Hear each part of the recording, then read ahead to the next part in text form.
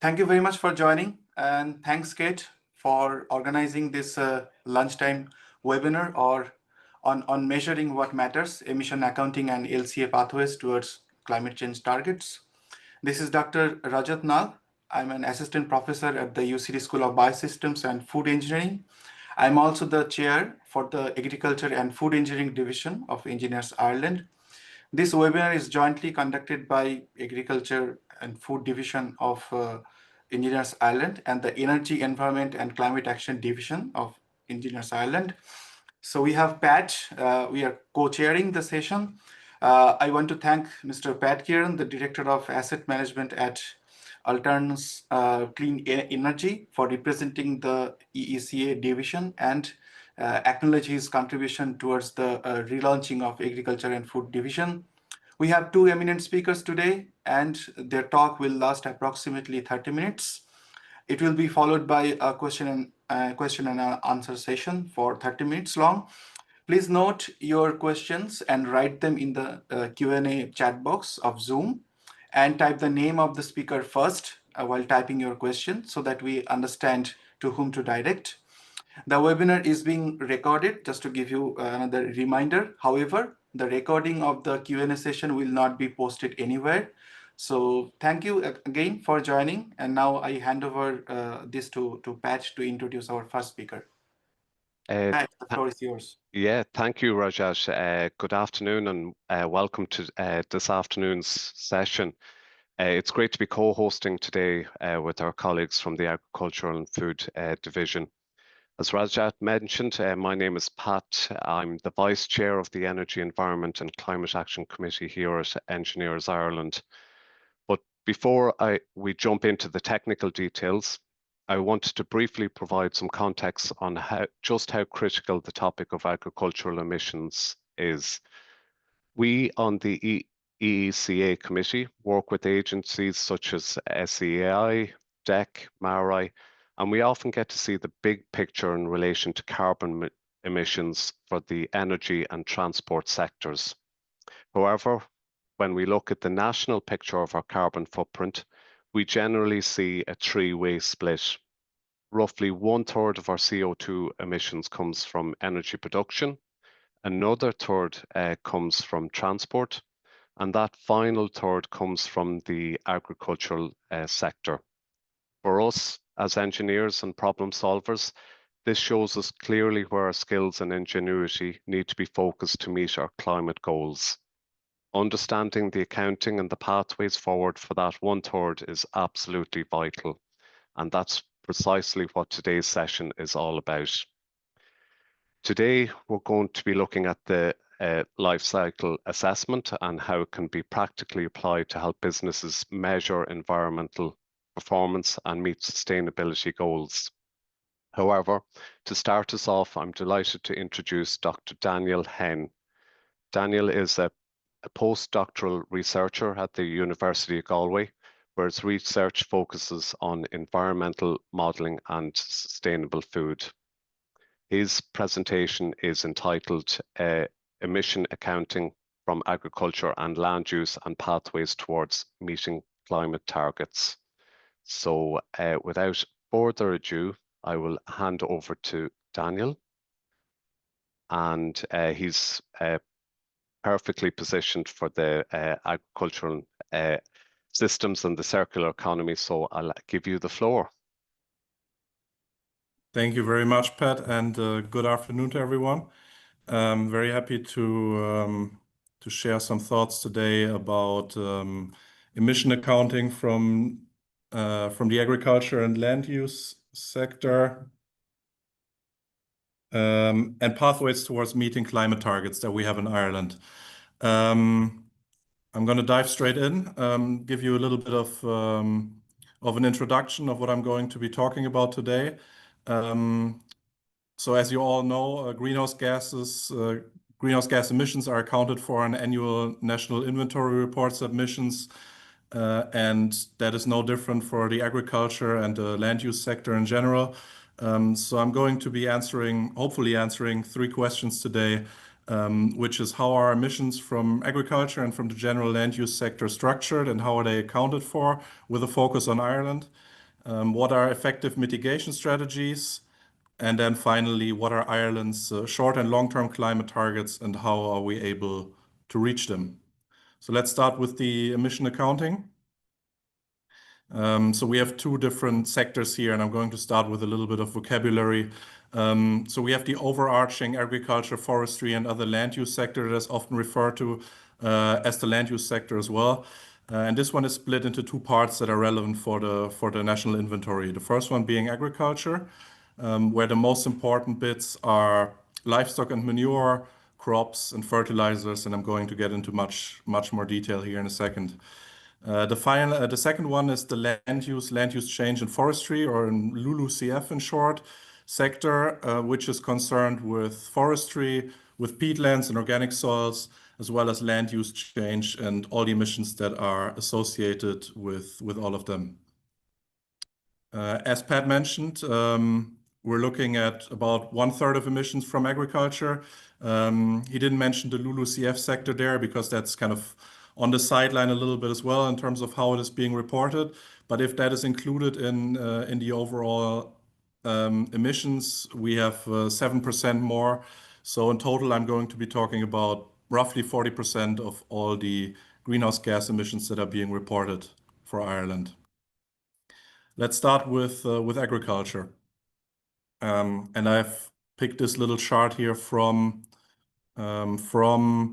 this year's national inventory report. And you can see that in the key categories there that are marked with a little star, we don't have much on the carbon dioxide side in the agricultural sector. We have liming and urea application. These are both very minor sources. When we come to methane, it gets more interesting. We have enteric fermentation, which is being reported in tier 2s for cattle and sheep, two of the key categories.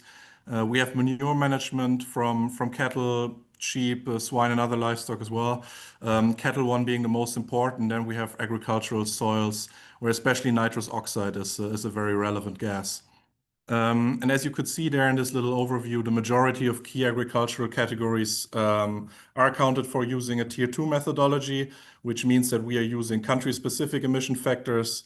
We're using detailed and robust activity data, where Ireland actually has one of the world's leading data availability in the agricultural sector. So that's something to be proud of for sure. And national circumstances are reflected better than in tier 1. Greenhouse gas emissions in the national inventory report are accounted for using CO2 equivalents following global warming potential over 100 years, so GWP 100 approach, which means that we are considering CO2 equivalents for methane of 28 and then for nitrous oxide of 265 under AR5 reporting. And I'm going to talk a little bit more about that at a later stage, so just to keep that in mind. Let's start with the enteric fermentation, which is the biggest source of emissions from agriculture. This is a natural process that occurs during digestion in ruminant animals, so in cattle and sheep and goats and in buffaloes, just to name a few examples, where methane is created as a byproduct during food decomposition and fermentation. And then a lot of the methane is being burped out. That's something that is being measured then as well to get to these emission factors. And we have two different, or I want to present two different ways of accounting that. You saw in the little overview that tier 2 is being applied in Ireland, and we have tier 1 that can be used for other countries. So there we would have a very general overview of milking cows and non-milking cows, which have two separate emission factors of 117 or 57 kilograms of methane per animal per year for Western Europe. But what we're using is a tier 2 approach. I don't want to go into too much detail here, but just for enteric fermentation, because it is the most important one, I will go into the specific equations here. So to get our emission factors, we're looking at gross energy intake by the animals. We're looking at a methane conversion factor over 365 days, and we divide that by the energy content of methane, which is 55.65 megajoules per kilogram of methane. So while that sounds simple enough at first glance, let's take a look at what actually is entailed in the gross energy intake. And then we can see some of the complexity that we're dealing with in the agricultural sector and where the data availability really comes in handy. So when we're looking at how gross energy intake actually is calculated, we can see that there's a lot of different net energy demands being taken into consideration. So for example, net energy for maintenance, for animal activity, so how much the animal just needs on a daily basis, and for roaming around versus in confined systems. We're looking at energy for lactation, so specifically for cows.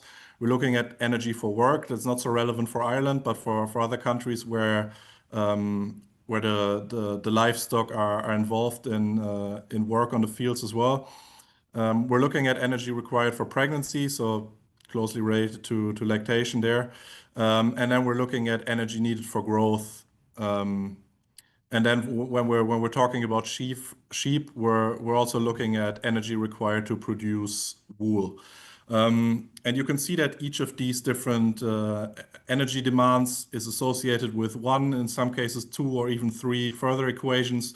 So there's a good bit of complexity there to come up with these emission factors.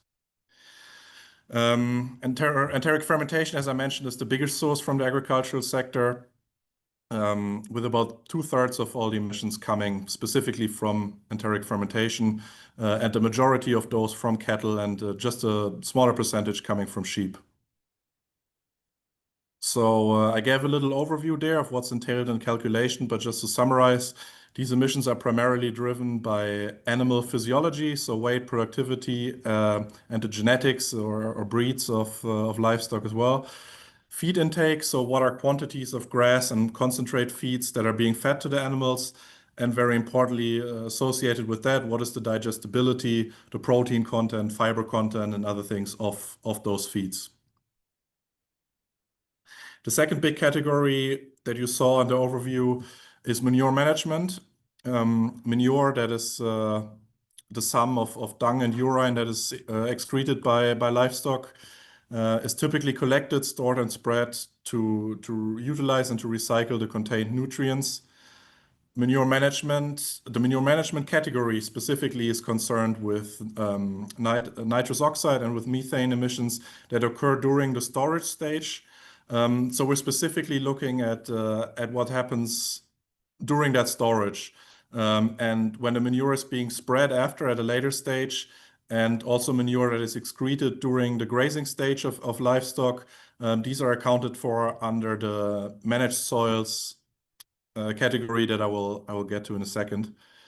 But just to give you an overview of that, manure management emissions accounted for 12% of agricultural emissions in Ireland. And these are primarily driven, once again, by the livestock management, so the productivity and the type of feed that is being given to the animals or that they are grazing on.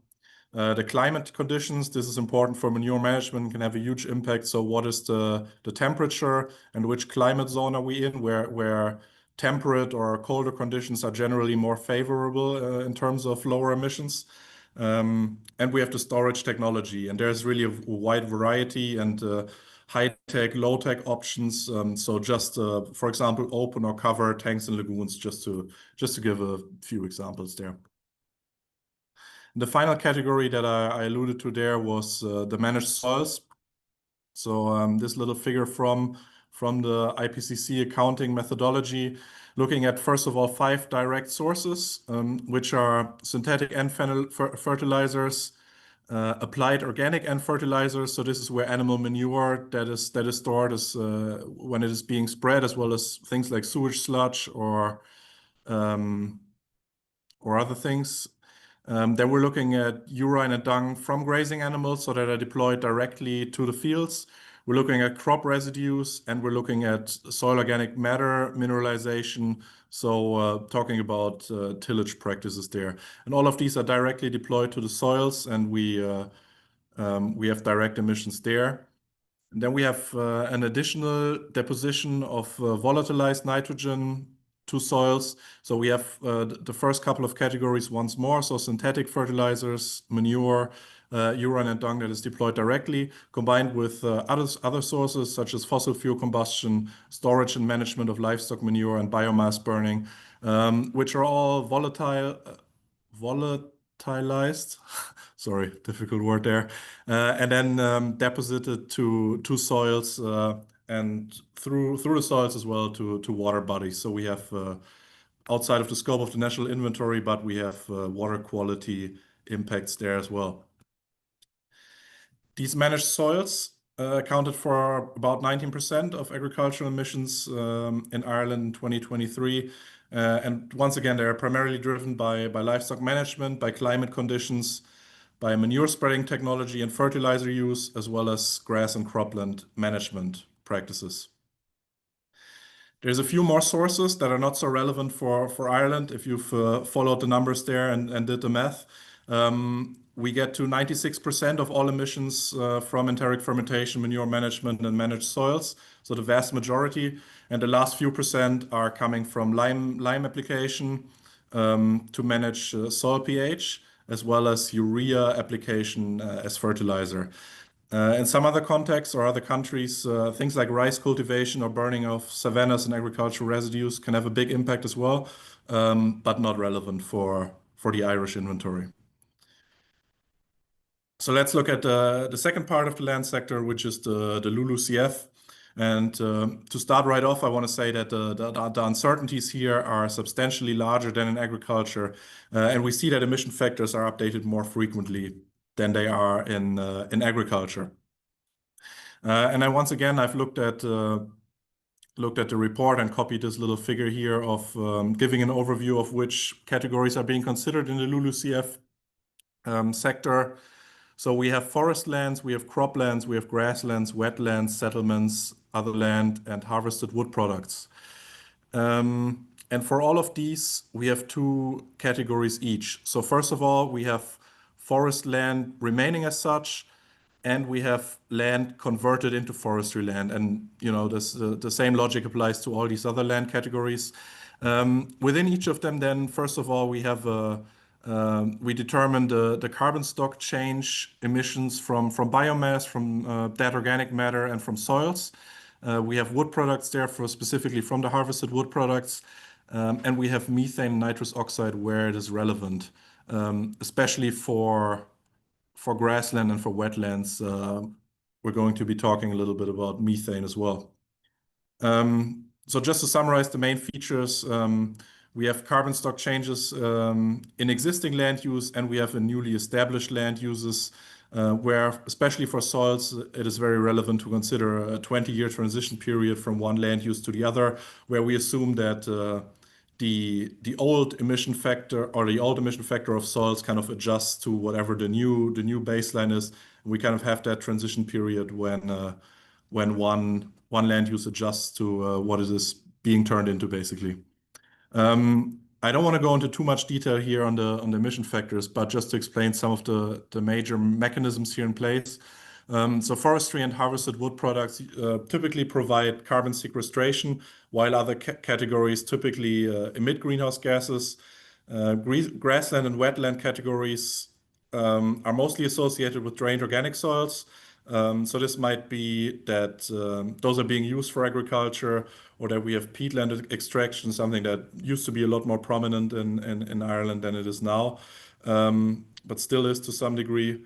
And we have cropland and settlement emissions that are commonly related to land use change. So, for example, through the expansion of cities into other land uses. So with that being said, let's look at some mitigation strategies. Move into the second part of this presentation. So first of all, starting off with the agricultural sector once again. And you've heard me talk a lot about the efficiency in how these emissions are being calculated. So this is, of course, a very relevant option for reducing emissions as well. And specifically then we're talking about increasing the yields. So for example, larger milk yields, We're talking about lower slaughter ages. That means basically reducing the lifespan of livestock, which leads to lower methane emissions for maintenance that I've talked about earlier, which are quite significant. And associated with that is improving the genetics of livestock and looking at which traits are more beneficial from a climate perspective can be one of many things that genetics are being used for, but for the context of the National Inventory Report, certainly very, very relevant. The second pillar then is management. So for example, what are the manure management choices in place? I mentioned that there are a lot of different options for storing the manure, some more high-tech than others. So that's one big handle on lowering emissions. Same as then the spreading technology of manure into the fields, and how efficient and how precise that is being spread. Basically, once again, a question of costs and of how much money is being spent to basically achieve the optimal management. Clover swords are one option to reduce emissions because they have the ability to fixate nitrogen directly from the air as a legume compared to traditional grass, which relies on large nitrogen fertilizer inputs. And when we're looking at reducing nitrous oxide emission, that is one important thing.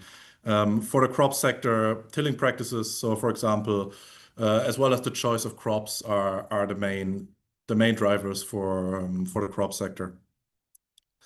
Technical abatement options, and I suppose there's a little bit of overlap between some of the management ones you might be able to classify as technical as well.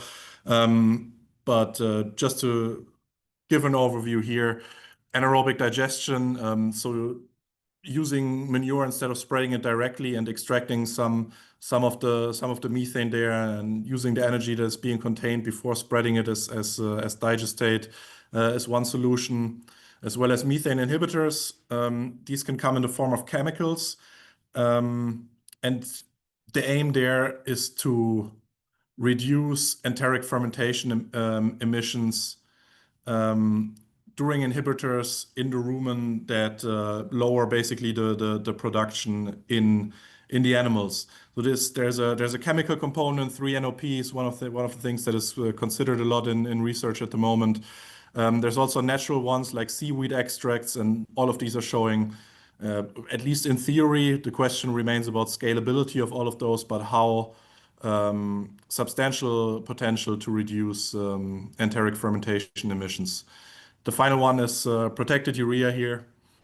So basically looking at the fertilizer formulation and how that is being spread to soils once again.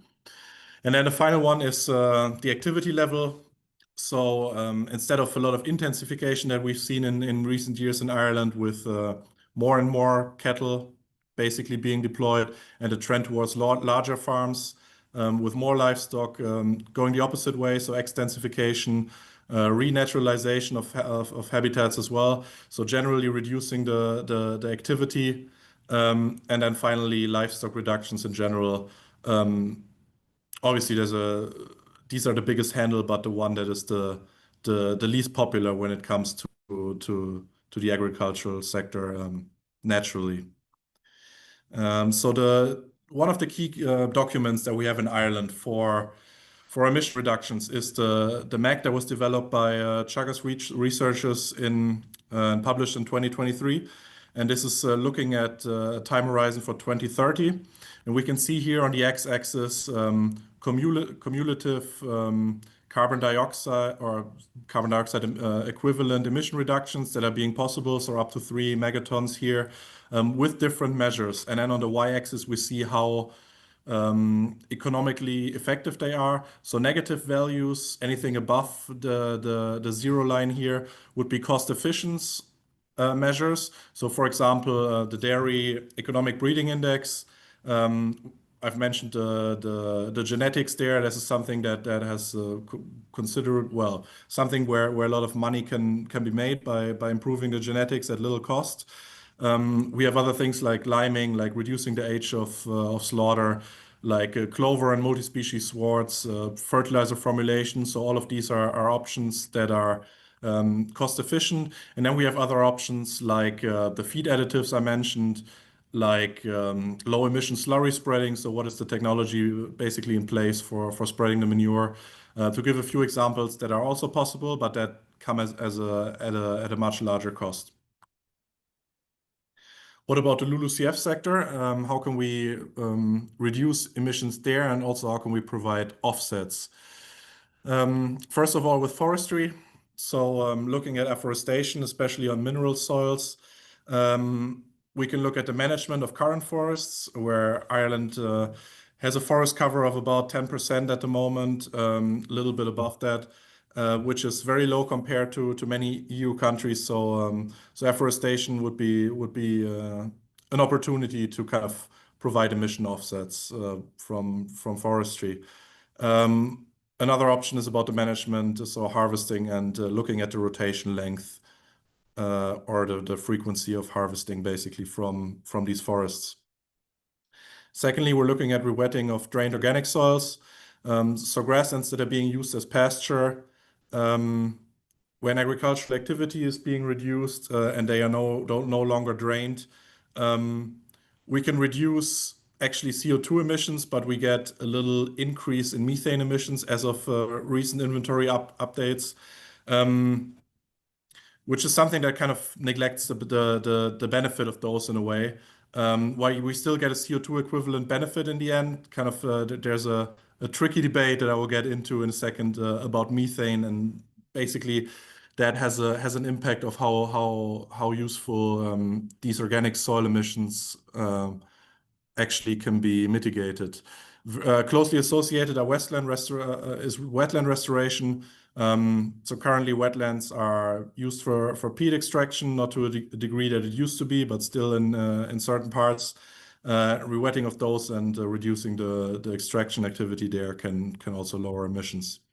Finally, not so relevant for Ireland, but in many other parts of the world, reducing the land take of settlement and agriculture from nature, from forests, from more diverse ecosystems can have a big impact, and reducing that can obviously save a lot of potential emissions.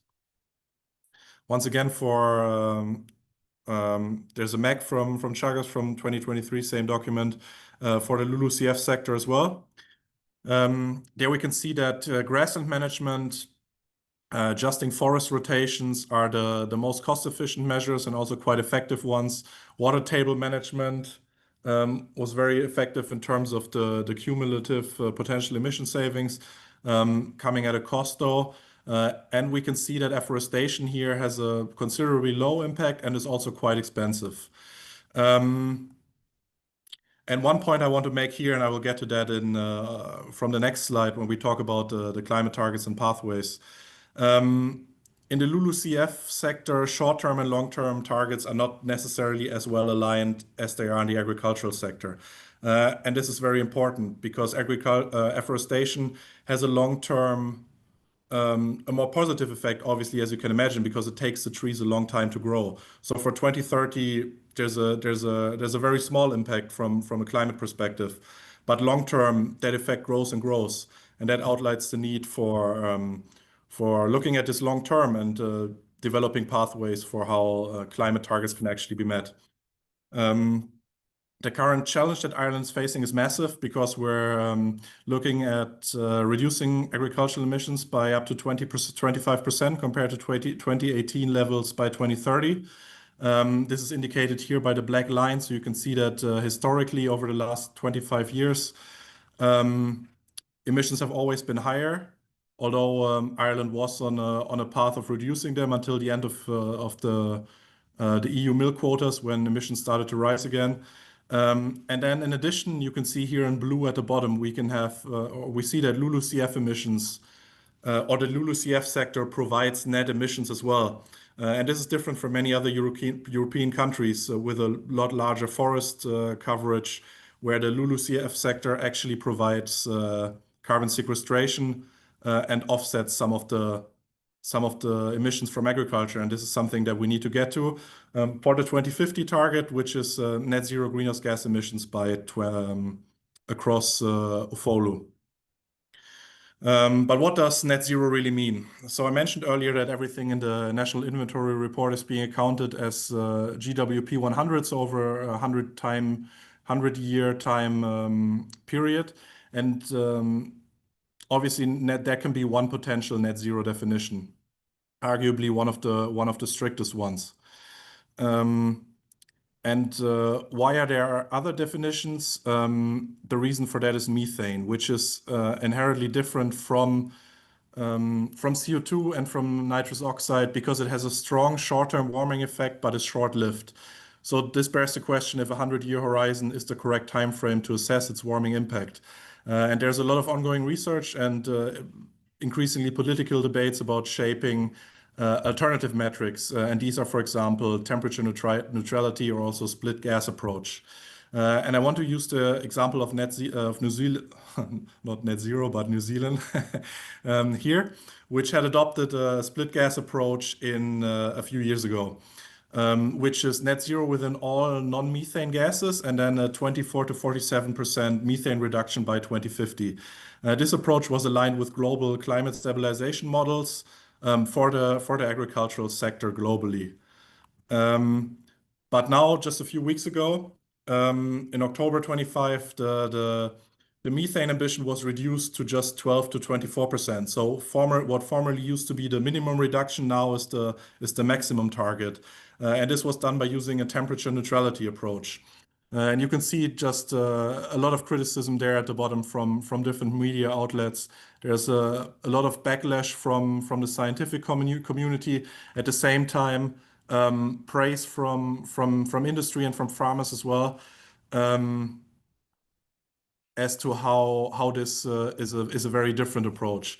And I want to outline a few of the problems with temperature neutrality. While it sounds very, very promising at first, that basically a lot more cattle can be kept under net zero. Temperature neutrality assesses methane reductions as a net cooling effect rather than a lower warming effect, resulting in much larger offsets compared to traditional accounting. There's one recent paper by Colm Duffy and others from the University of Galway, as well as UCC. And one sentence there, one of the key sentences is temperature neutrality implicitly grandfathers methane emissions and rewards modest emission reductions even when per capita emissions remain very high. And it shifts the mitigation burden and constrains the developmental space for low-income, food insecure countries. So what does that mean for Ireland in practice? When we look at net zero UFOLU scenarios. From everything that I've said by now, you will have realized that these scenarios depend on emission abatements from livestock systems, as well as the level of agricultural activity and livestock numbers, afforestation, and other abatement measures such as wetland restoration or bioenergy, carbon capture storage, like more future-oriented technologies. A lot of pathways have been modeled over the last few years that are even able to maintain cattle protein reductions under GWP 100 net zero. But the problem with these is that they require unprecedented afforestation rates of north of 25,000 hectares per year, while the current reality are 2,000 hectares per year, with low interest in converting agricultural land into forestry despite available grants. And this is, of course, fuel for the net zero definition debate. Looking at a few scenarios here. So over 2,000 scenarios maintaining cattle protein outputs were being run in our Goblin model that we have at the University of Galway. 19% of those achieved GWP 100 net zero. The successful scenarios required at least 750,000 hectares of forestry. And when we look at the baseline emissions here, we see a lot of different sources above the zero and very few below, which are providing greenhouse gas sinks. But when we go to a climate neutral pathway, we can see that forests and harvested wood products need to do a lot of the heavy lifting. Conscious of the time, I will cut this a bit short. And just one final slide on what does that mean for Ireland. Coming back to the definition of net zero. As I showed you there, 19% of scenarios were successful using a net zero GWP 100 definition. When we go to a split target approach where 32% of methane emissions need to be reduced, we can see that a lot more scenarios with a lot less forestry are being successful, and that the net zero definition can have tremendous impact on the required afforestation rates to meet those targets. So I'll skip to the conclusions here. Agricultural emissions that are reported have lower uncertainty than LULUCF, and this makes modeling and accounting more robust. Mitigation measures at farm scale are very important for 2030 short-term targets from agriculture, but they need to be scaled up to meet those targets. LULUCF and specifically forestry determine the level of agriculture that can be maintained under varying net zero definitions for 2050. So when we're talking about long-term targets, this is essential. And then finally, the net zero definitions have a huge impact on the outcome of scenarios and are increasingly exploited for political ends as well, shaping the debates. So with that, thank you very much for your interest and for your attention.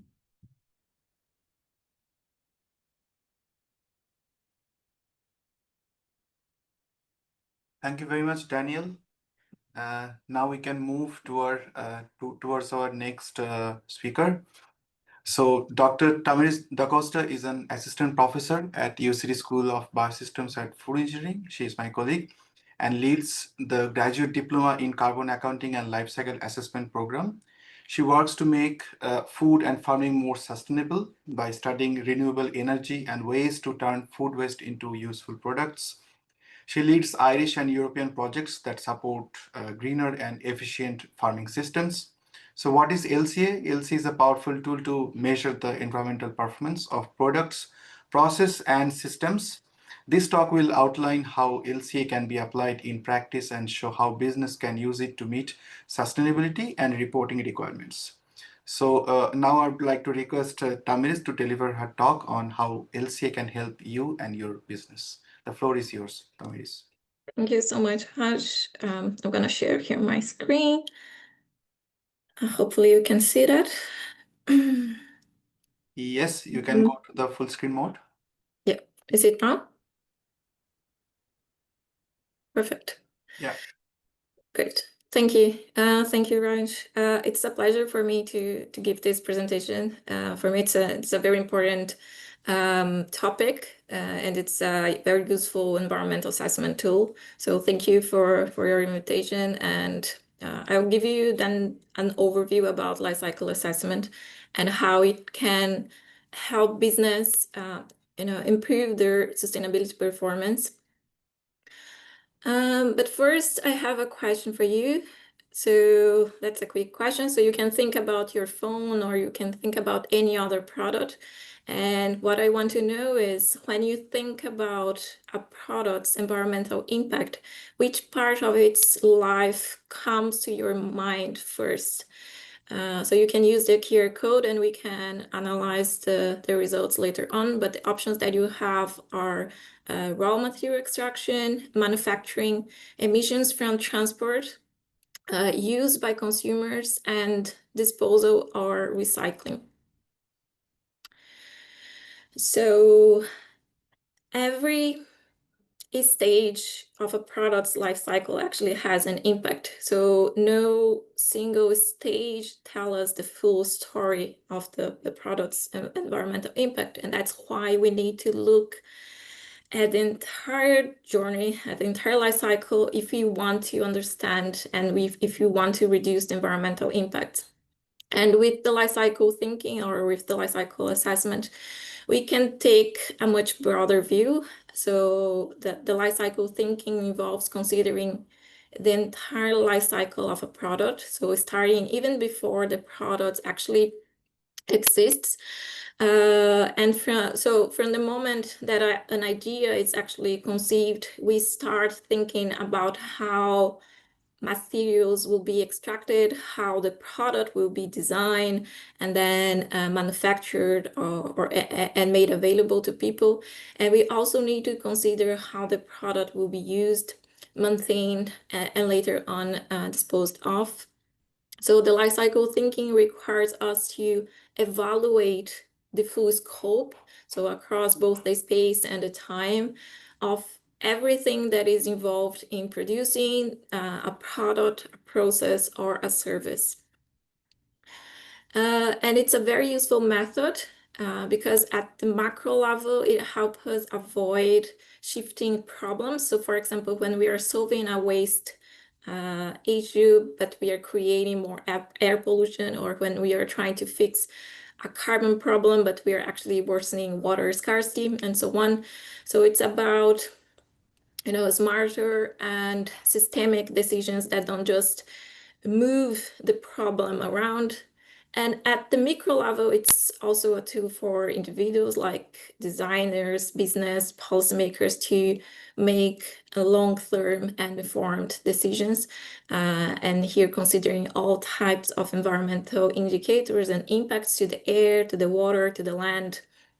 And as you can see here from this diagram, there are many different paths that a product can take. So let's, I'll try to bring the life cycle thinking to our day-to-day life. So if we take a look at this example here, we have a student at UCD enjoying a bottle of orange juice on campus. So now try to think about the full journey that this bottle took before reaching his hand. So for each stage, ask yourself 2 questions. So what materials or energy are used, and what emissions, waste, or impacts happen here? I'm going to try to break down to stage by stage together with you. So the first thing that we're going to look at is the container. So the production of the bottles requires energy, right? And manufacturing the bottles is based on plastic. The production line of these plastics use normally non-renewable resource such as petroleum, which is, you know, in some cases will have traveled for long distance. And what about the juice then? Because before it actually arrives on our table, the fruit juice requires a whole process, and the agricultural orange production carries its own set of ecological impacts. So it requires pesticides, fertilizers, fuels, and also water consumption, which can vary, of course, from one country to another, and even, you know, between farms within the same country. And the fruit juice also requires a journey of sometimes thousands of miles, and that leaves behind an environmental impact that is proportional to the distance that it's needed to transport it. And that is also dependent on the transportation mode that is used. But beyond emissions during transportation, so this journey may also involve packaging requirements, cold chain logistics, what else? Energy use, and all of which contribute to its overall environmental footprint. And then when the juice is drunk, the bottle still continues its lifespan. So it may be, you know, incinerated, or the plastic energy content converted to energy, or even recycled, and thus become material for a new product. So each stage requires the consumption of natural resource and of course, discharge pollutants in the environment. And all these might induce impacts on human health and biodiversity, and affect the resource for future generations everywhere on the planet. So the life cycle assessment, the life cycle thinking offers a global vision of all these generated impacts, so we can understand how process can affect the environment. So this is a multi-criteria method to quantify all the potential impacts across the entire life cycle of a product. And today, I'd say, and there is an increasing number of public and also private economic sectors that rely on life cycle assessment because it's a tool that is recognized by international standards and can also serve, many different applications. And one of the most common application of LCA is the comparison of products. So where one product is assessed against another to evaluate the environmental impacts. So for example, an organic egg producer in Brazil wants to compare their eggs with conventional eggs in the market and demonstrate that their product stands out for reasons, beyond just being organic. So this is a typical use of LCA. So business, they want to know if their product has a lower environmental impact than their competitors. And this information can provide a market advantage. LCA is also useful in eco design because it helps business see which stage of the product life cycle has the biggest environmental impact. So when we identify the most significant states, we can then focus our efforts where they have the greatest result, and we can prioritize the improvements or even the replacement of problematic process or even materials. And LCA can also help business save costs, such as by reducing energy consumption, which provides both environmental and financial benefits. For policy development, so one of the simplest applications is to provide information that helps decision makers select products or process with the least environmental impact. And the LCA also enables consumers to make informed decisions based on environmental data. But of course, in practice, it's difficult to find examples where just environmental conditions alone and environmental considerations have actually driven the final choice for consumers. We also need to consider economic costs, economic and other factors. And you also find that life cycle assessment is sometimes mentioned as a tool for compliance with environmental legislation, though in reality this is still under development. There are specific cases such as in California's energy market, or also some European Union activities related to the bioeconomy, where LCA is required to move forward with some certain projects. But this trend is likely to grow in the future. And finally, LCA can also be used as supporting evidence for eco-labeling. Products carrying such labels can again gain a market advantage because it provides consumers with a reason to choose them based on their environmental performance. And we are seeing more and more of these environmental labels on a wide range of products, and this is a key way that LCA is being applied in the marketplace. So the LCA methodology is governed by standards, with the most important ones coming from the International Standard Organization, so the ISO. The ISO 14000 family of standard focus on environmental management, and the key one for life cycle assessment is ISO 14040, which outlines the main principles of how LCA works. And there are also other ramifications of LCA. One of them is the social LCA, and that extends the life cycle assessment framework to evaluate also social impacts. So it involves building an inventory of social activities to evaluate impacts indicators like human rights or health or safety.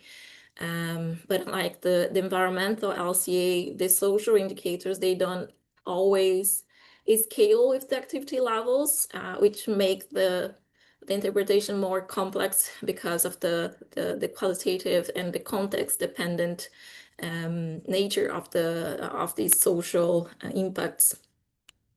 Life cycle costing, so that also complements the life cycle assessment. So here we evaluate the full financial implications of a product or a system, so including some indicators that are often, I'd say, overlooked, like the environmental protection costs. But perhaps the most common use of LCA is in its simplified form, which is called footprints. So these simplification focus on a single impact indicator like carbon or water, and they've become very, I'd say, popular because they are easier to understand and they are also relatively straightforward to collect data for greenhouse gas emissions and also for water consumption. And while these versions, they are useful and they might also provide quick answers, it's important to understand that they have many limitations because they lack the key strength of a full life cycle assessment, which is the ability to compare different impacts and also understand how they interact with a system. Another tool that is based on LCA that has emerged is the product environmental footprint. So these two aim to provide a uniform or a harmonized method across Europe using life cycle assessment-based methods to quantify the environmental impacts of products and service. So looking at the LCA methodology, so the LCA is organized in 4 key stages. I will highlight some important elements for each stage that I believe that will be more interesting to you. But here's just a brief overview. So the first stage is the goal and scope. We have the inventory analysis, the impact assessment, followed by the interpretation. So the goal and scope, then it's the stage that sets the context for the entire life cycle. So this phase it's very important, it's critical actually, because it defines the context, the purpose, and also the intended use of the study. So the scope also includes what the system does, how it does, also some fundamental specifications, the inputs that are needed, so all the upstream and the background information, how the product's made, so the foreground, and then the use and disposal. So as you can see here in this example, some systems, they at the first look can seem simple, but a product might be created using raw materials, water, energy, and other service. But actually, each of these inputs, they also come from somewhere else, and each one requires other inputs to be created, which requires other inputs, and so on. So when do we stop our assessment? And that's exactly why it's important to define the system boundary that tell us what is included in the assessment and what is not included. The second phase then is the life cycle inventory. So in this phase, we collect and we quantify the data on all inputs and outputs associated with the system across its life cycle stages. So here we collect data on inputs like the raw materials, for example, water, energy, fertilizers consumed, all the immediate materials, and the outputs. So The outputs include emissions to the air, to water, to the soil, for example, carbon dioxide or wastewater. Outputs also include products, co-products, wastes, byproducts, and so on. Third phase is the life cycle impact assessment. So here we convert the environmental data, the inventory data, so the emissions, the resource use, into potential environmental impacts like CO2 equivalent. So here we use some standardized methods and also some characterization factors, and we evaluate the potential harm to human health and to ecosystem, but it actually doesn't predict the actual outcome. And the impacts, they are classified into different indicators or categories. Daniel presented some of them. I will show you other examples, but we have midpoint indicators. So we have direct environmental change. So for example, global warming for CO2 or for methane. So these are better understood and they are easier to quantify.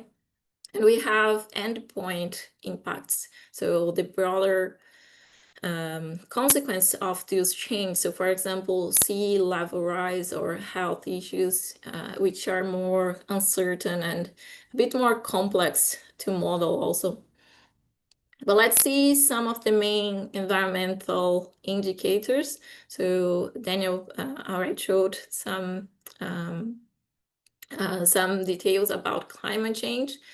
But that's the core, the core indicator for life cycle assessment. So it's also called a carbon footprint or global warming. So just, different terminologies for the same indicator.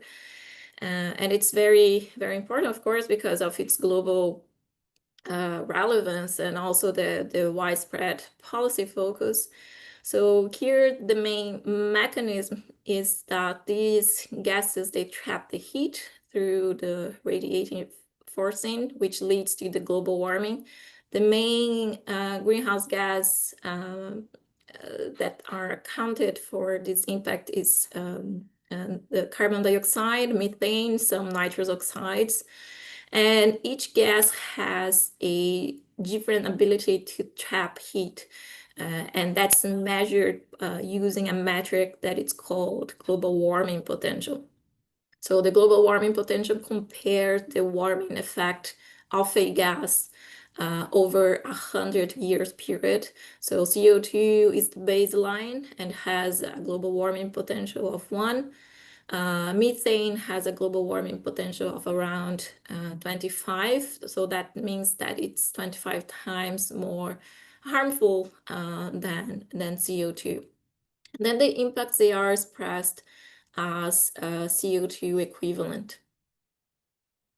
Eutrophication, it's another important indicator. So here's when we have nutrients in excess, so mainly nitrogen or phosphorus from fertilizers. So they enter the water bodies and that can cause the algae blooms. And these blooms, they reduce the oxygen levels, which kills the aquatic life and also damage the ecosystems. And that affect industries like fisheries and agriculture. This photo here on the right shows the Low Knee in Northern Ireland, which has become an example of eutrophication in action. So you can see here that we have this layer of green algae in the surface, which happens when the nutrient levels get too high. Acidification impacts, so that impacts the soil, also reduce the crop yields. It's responsible for forest decline. There's also economic costs associated for the restoration of the areas affected, because we need to apply some chemicals, liming and so on. The main cause here are the emissions of sulfur dioxide, nitrogen oxides, ammonia from industry, from agriculture, from the transportation sector. So these gases, they form some acidic compounds that are that deposit on the soil and also on the water. So they lower the pH. They can also leach some nutrients and release some toxic elements. Energy resource depletion. So this usually focused on non-renewable fossil fuels. So we know that using fossil fuels has a climate impact, because when we're burning the fossil fuels, we are also emitting greenhouse gases. But we also have a dual challenge here, because we have also the resource depletion impact, because they cannot be replaced. Water footprint. So the water footprint measures the total volume of water that is used to produce a product. And it includes not just the water in the product itself, but also the indirect water that is used throughout its entire life cycle. So we need water when you are growing the crops, processing, even for transport. And not all water is the same. So we have blue water, which is the surface or the groundwater. So for example, the one that is used for irrigation or for processing, and that is actually incorporated into products. We have the green water, so that's the rainwater that is stored in the soil and it's absorbed by the plants and the crops during growth. And we have the gray water footprint, so that's the volume of fresh water that is needed to dilute pollutants to meet some acceptable water quality standards. And here we have the water footprint of different food products. So that means how much water is needed to produce 1 kilogram of each item. So we can see that animal products, they generally have a much larger water footprint than plant-based foods, because animals, they need to be fed, and also growing the animal feed like soy and grains, it also requires a lot of water. But I eat here the food with the largest water footprint, so you can think about that, and you can try to guess, because normally people would say that milk is the product with the highest water footprint, and sometimes I get a bit shocked that actually the missing food here in this table is chocolate. So it takes around 17,000 liters of water to produce just one kilogram of chocolate, which is it's higher than actually beef production, because the cocoa trees, they need a lot of water. Also, processing the cocoa beans requires additional water, and they are often growing in hot climates that requires a lot of irrigation. Land use. So we already saw about this indicator, but land use refers to human-driven change in how land is used and managed. So often that leads to shift in land cover types. So for example, from forest to farmland or to cropland. And why it matters? Because it affects ecosystems, biodiversity, carbon storage, also the landscape structure, and it's typically assessed through two key types of impact. So we have the direct land use change. So this is the local and the measurable change in land cover because of a shift in land use. And we also have the indirect land use change. So these are global effects that are caused by shifting land use in one area that leads to change elsewhere.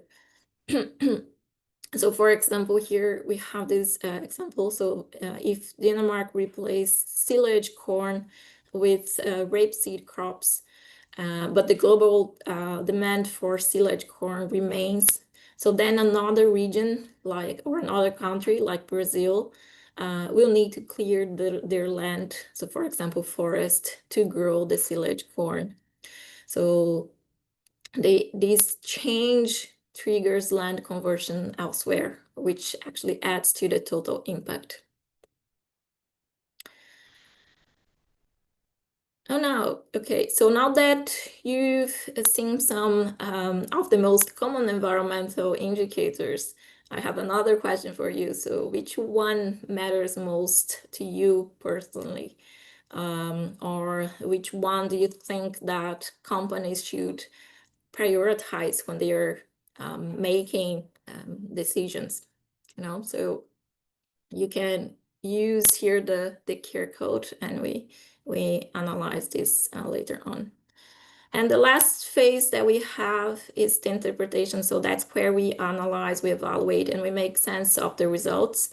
So one important analysis here that we do is the contribution or the hotspot analysis. So here we evaluate which process, materials, or states contribute most to each impact indicator. So for example, in the production of Guinness, a hotspot analysis might indicate that the cultivation of barley is a major factor to the carbon footprint because of the fertilizer use and also because of the soil management practice. But the glass bottle production or the refrigeration during the distribution might be more relevant for energy use or for resource depletion categories. So then we can focus our efforts on the stage that are more impactful. And when we evaluate a product or a circular strategy, we often find that a solution performs better in one environmental indicator, but worse in another.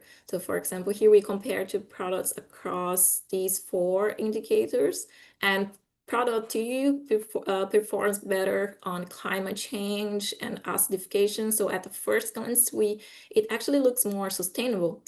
But if we look at the ozone formation, then product 1 has actually lower impacts. And with water use, again, product 2 looks better.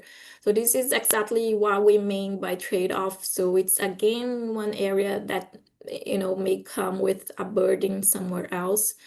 So it's just to show how and why decision-making is not always straightforward. So we cannot just pick a single impact like CO2 emissions and call it the full picture.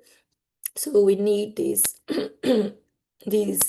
holistic approach sorry, to understand these patterns. So I'm going to move here. So the burden shifting, so especially the greenhouse gas monitoring has narrowed the focus of climate change. Of course, that tracking carbon footprint matters, but it's only a fraction of the environmental challenge that we face. And we are forgetting about soil acidification, water pollution, other social impacts. But when we study the entire system, we can prioritize the areas that matter or to optimize the whole system.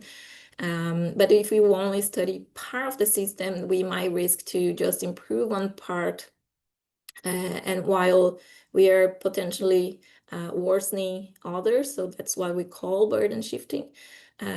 So we want to avoid that, well-intended decisions lead to unintended consequences elsewhere in the system.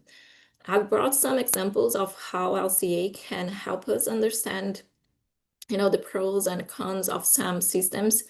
I'm not quite sure if I will have time to do or to go through all of them, but I'll show you just maybe the first example. So here in this system, they compared. Damaris, if you can wrap up in 3 to 4 minutes, that would be great. Thanks. Okay, I'll do that. Yeah.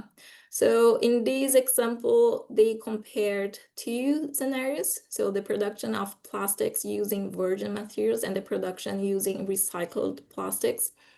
So the recycling treatment process requires inputs like energy, water, and chemicals. So we can also have emissions and waste streams generated during recycling. But the model credits the recycling process with offsetting the virgin plastic production, since the recycled plastic replaced the new materials. So here we can see that the carbon footprint, we can see the carbon footprint of recycling 1 kilogram of plastic using different treatment technologies, so incineration, gasification, pyrolysis, so on. So the study found that recycling plastics can lead to substantial CO2 equivalent savings compared to virgin production. But those savings, they are not guaranteed. So they depend on the efficiency of the recycling technology, also the type of plastic and the contamination level, and the energy mix that is used. So if the recycling runs on fossil, heavy electricity, the GHG benefit will actually be reduced. So incineration is the highest impact, but advanced recycling technologies like gasification, pyrolysis, and dissolution show lower footprints. So the system boundary also credits the avoided production, which explains these negative contributions at the bottom of some bars. So that's why LCA is important. So it shows us that not all recycling solutions, they are equal. So here another example. So here this case is just comparing the production of some homeware sets using conventional cotton and regenerative cotton and using recycling cellulose waste. And there are many different trade-offs here.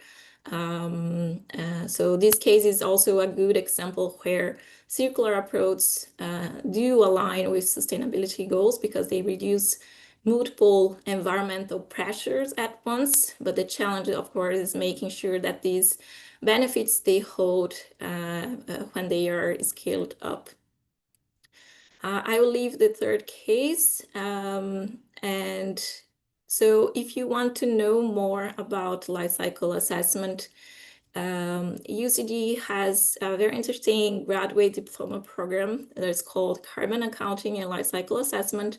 So it's a part-time. It normally starts in September, and it runs over 9 months. And so here you can have a deeper understanding on how to use these useful tools and apply it to different products. So thank you so much for your attention.